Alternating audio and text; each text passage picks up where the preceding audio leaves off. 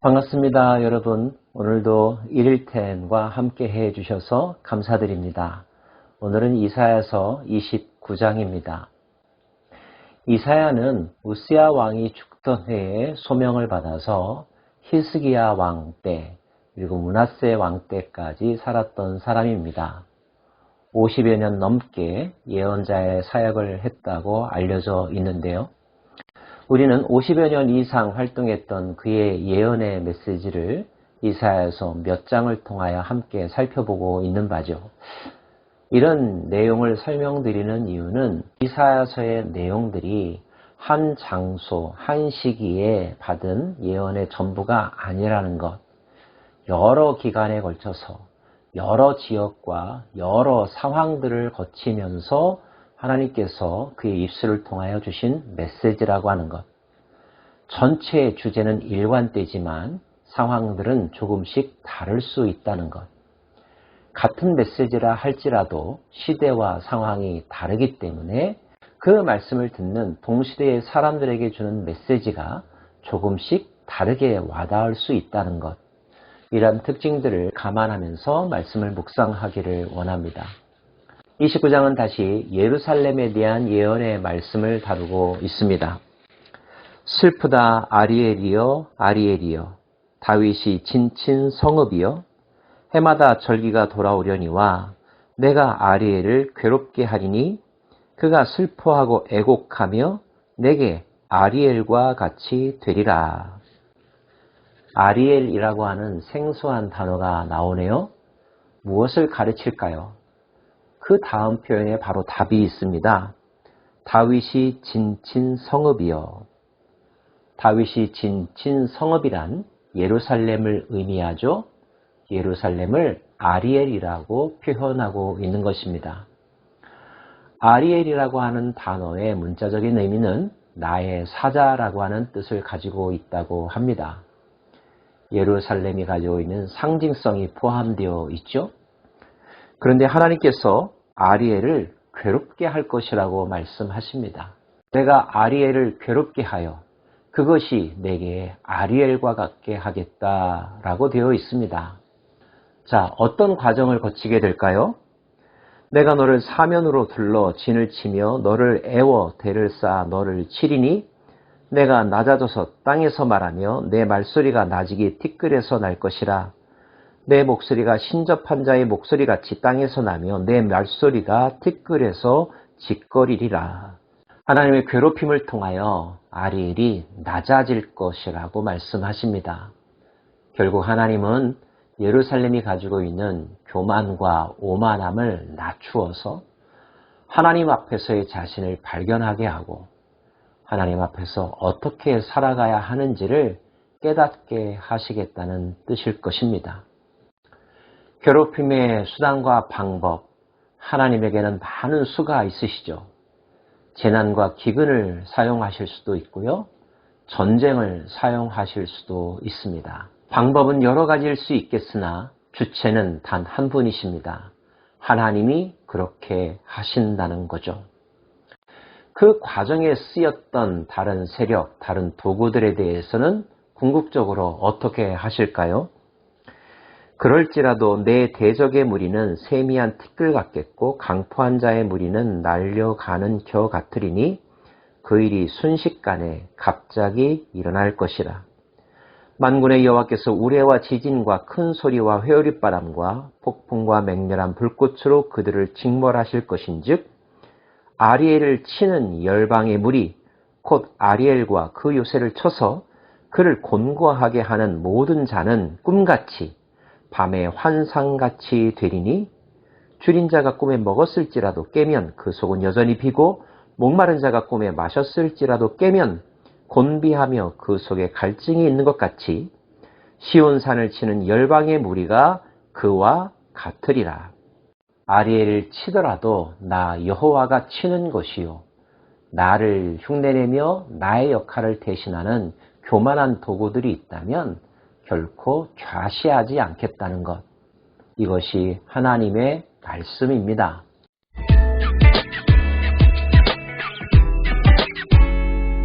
말씀은 다시 아리엘이 보여주고 있는 연약한 모습, 하나님 앞에서의 안타까운 모습들을 서술하고 있습니다. 주께서 이르시되 이 백성이 입으로는 나를 가까이 하며 입술로는 나를 공경하나 그들의 마음은 내게서 멀리 떠났나니 그들이 나를 경외함은 사람의 계명으로 가르침을 받았을 뿐이라. 그러므로 내가 이 백성 중에 기이한 일, 곧 기이하고 가장 기이한 일을 다시 행하리니 그들 중에서 지혜자의 지혜가 없어지고 명철자의 총명이 가려지리라. 하나님께서 그들에게 비전과 묵시를 주시고 그것을 통하여 하나님의 말씀을 주셨지만 그들은 읽으려 하지 않았고 들으려 하지 않았다는 것입니다.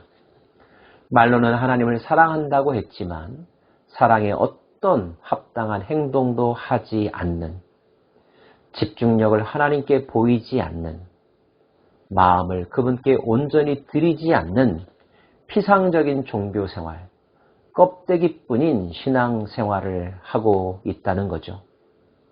그래서 결국 하나님은 회초리를 드실 수밖에 없다는 것입니다. 또한 그들은 하나님 앞에서 자기들의 속셈을 숨기고 자기들의 계획을 추구하는 모습들을 보여주는데요. 자기의 계획을 여호와께 깊이 숨기려 하는 자들은 화 있을진저 그들의 일을 어두운 데서 행하며 이르기를 누가 우리를 보랴 누가 우리를 알랴 하니 너희의 패역함이 심하도다. 우리가 숨긴다고 하나님이 모르실까요? 마치 아기들이 제 딴에는 부모를 숨긴다고 그럴듯한 거짓말을 꾸며대지만 부모는 모든 것을 다 알고 있는 것과 마찬가지입니다. 하나님은 모든 것을 다 알고 계시죠.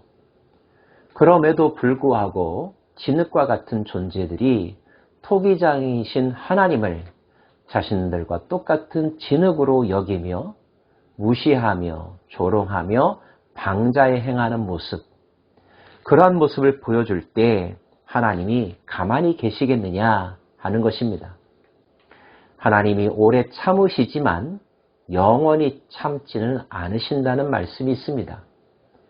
용서하신다면 완벽하게 용서하시지만 용서하지 않으실 때도 있다는 것. 하나님이 손을 들으면, 하나님이 매를 드시면 누가 그것을 피할 수 있겠느냐.